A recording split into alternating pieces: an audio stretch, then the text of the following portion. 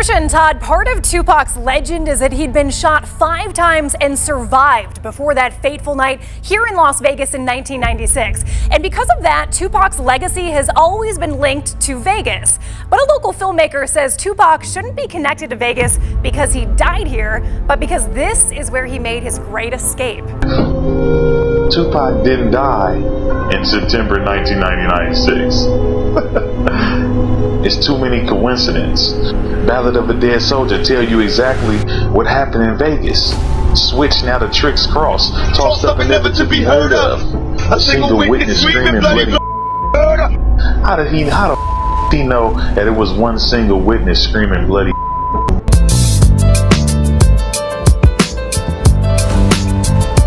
I don't believe nobody just that good of a shot. Tupac got to still be alive.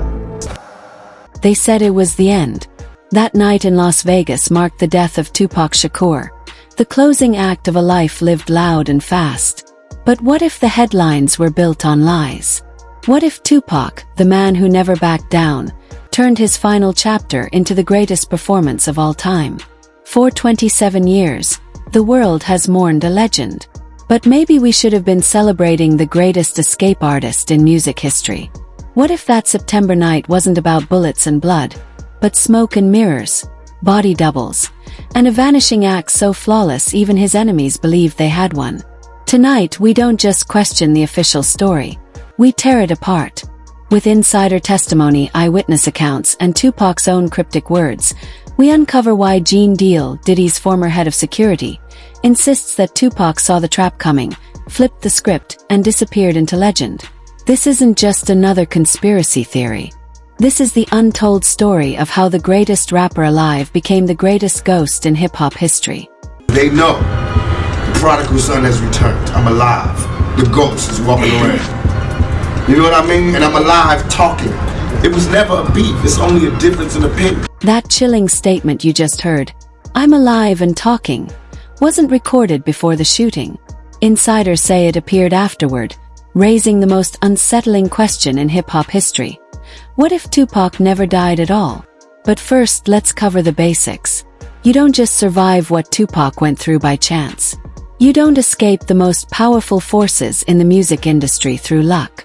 Survival like that takes planning, intelligence, and the realization that sometimes the only way to live is again. Tupac knew he was living in a war zone. He understood that innocent people needed protection because they lived side by side with killers. But here's what most people overlooked. Tupac wasn't just describing his surroundings.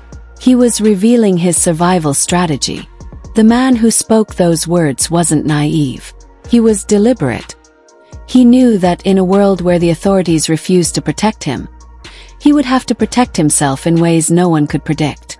Straight to the point. After the shooting, what's next? Most people would agree with official reports that after being shot, rap icon Tupac Shakur was taken to UMC where he died 6 days later. But local filmmaker Rick Boss has an alternate ending. This movie is about Tupac actually escaping from the University Medical Center here in Vegas and relocating to New Mexico, getting protection from the Navajo tribe. Boss says when the rapper arrived to Las Vegas for fight night, he was informed of a planned hit on him. Now that's when the escape plan came into fruition, from planting a double in Suge Knight's BMW to a strategic aerial exit. When certain FBI agencies are looking for you, the first thing they're gonna do is block the airport so you can't travel out. So the best way to escape is through helicopter, private helicopter, to another state. FBI agents can't go onto tribal land without the tribal council's permission. Boss says that's why Navajo land in New Mexico made for the perfect hideout. And while many may dismiss the premise as fiction, Boss says the information for the script came from people in Tupac's family and circle. I mean, you can write a fiction, story, but this is not fiction. This is facts through certain people that I know. Boss knows G-Money and Snoop Dogg, who collaborated with Tupac, and Boss's father knew Tupac's mom from their involvement in the Black Panther Party. Boss says ultimately he wants Tupac fans to see the movie and decide for themselves. Rick Boss, a man who has spent his life investigating this mystery, reveals a devastating truth. Tupac knew the hit was coming. He didn't just suspect it. He had solid intelligence about the plot against him. And instead of running or hiding, he did something no one expected. He turned his own planned murder into the blueprint for his escape. The body double wasn't desperation. The hospital chaos wasn't panic. The conflicting reports weren't confusion.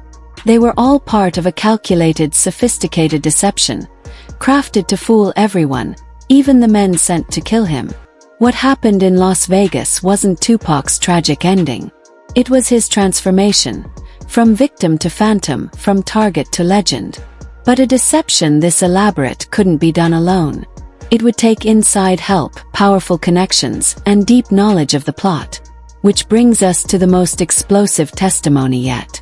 The question isn't whether Tupac had the intelligence to plan his own disappearance. His lyrics already proved that. The real question is whether he had the network, the resources, and the advance warning to pull it off. And according to people who were there that night, he had all three.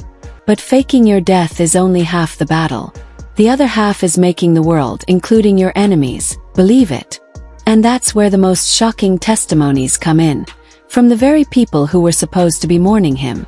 The story of how Pac faked his death is one wrapped in many truths that correspond with the official story, i.e. lie. Yes, he was in Vegas to watch the Tyson fight with Suge Knight, and yes, he was the target of a horrendous drive-by shooting following that fight, and yes, he was severely injured in that shooting and taken to the hospital where he was kept for several days. But after that failed attempt on Pac's life, Machiavelli knew the block was too hot for him to stick around, so he immediately set the wheels in motion on a long-standing escape plan that he'd had in his back pocket ever since he got famous. And according to his British bodyguard and my uncle, which is actually how I have the personal connection to Tupac and know so many details about this story. See the resemblance? That actually helped Tupac Shakur escape from the hospital during the 6 days that he'd been kept there after the shooting. And sure, I know what you're thinking, this story must be complete baloney. People are surely gonna know that Tupac is missing from his hospital bed. Yeah, you big dummy, he thought of that. Tupac was actually replaced with a body double, a Tupac lookalike who was actually planning of dying of natural causes that weekend anyway. And sure, I know what you're thinking, oh, it's impossible to find somebody that looks like Tupac. Well, they did it for the film, and they did it back then. And sure, Tupac's old crew, the Outlaws, claim to have smoked his remains in a spliff after his cremation, sparking the long-running trend of rappers these days saying that they put their ops in a spliff. But I can now confirm in this video once and for all, they were not smoking on Tupac Pac. They were just smoking on some dead guy who looked like Tupac Pac. This testimony from a bodyguard's family member changes everything. Tupac wasn't simply shot and left to die. He was badly wounded but alive. An extraction plan was already in place. A helicopter, trained medical and security professionals, and people who knew exactly what to do once the chaos began. This wasn't luck. It was a coordinated military-style extraction that took advanced planning, serious resources, and people willing to risk everything to get him out. Down the street, when it happened, we didn't know if we heard gunshots, or we didn't really know exactly what we heard. We heard a lot of screaming, a lot of cars screeching. We were just hanging out, taking photos at the time. We ran up the street as cops were running past us, and by the time we got here, they were already taking, which now I found out was Tupac, into the helicopter away. He had been shot. The question remains, did Tupac Shakur truly die that night? Or did he outsmart the world with the greatest escape in music history? The evidence is compelling, the testimonies explosive, and the mystery still unsolved. One thing is certain, the story isn't over. Stay with us because the truth is closer than you think.